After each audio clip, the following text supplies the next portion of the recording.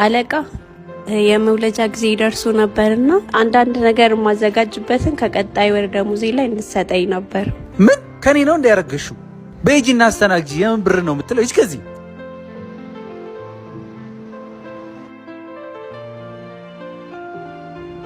እናት ነይ እስቲ።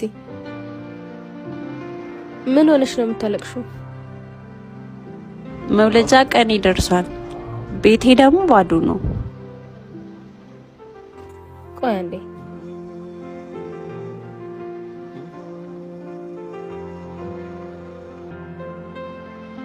እንዴ አሬ ይበዛብኛል። ግዴለሽም ተቀበይ። ግን ለምንድን ነው ይሄን ሁሉ ለታ የምትይልኝ? ሰሞኑን ለስራ ከአዲስ አበባ ወጥቼ ነበር። ይገርምሻል መኪናዬ ሰውም ጋራጅም የሌለበት አጉል ቦታ ላይ ተበላሸችብኝ። ብዙ ሰዎችን እንዲረዱኝ ስጠይቅ አለፉኝ።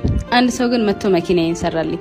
ስለሰራልኝ እንደ ምስጋና ብር ልሰጠው ብሞክርም ብሩን ከኔ ይልቅ በጣም ለሚያስፈልገው ለተቸገረ ሰው ስጪ ብሎኝ ሄደ እና ዛሬ ላንቺ በጣም የሚያስፈልግሽ ይመስለኛል። እሱ ነው ባለቤትሽ? መኪናዬን የሰራልኝ ልጅ እሱ ነው። በእውነት በጣም አመስግኝልኝ። ደግነት መልሶ ይከፍላል በይው።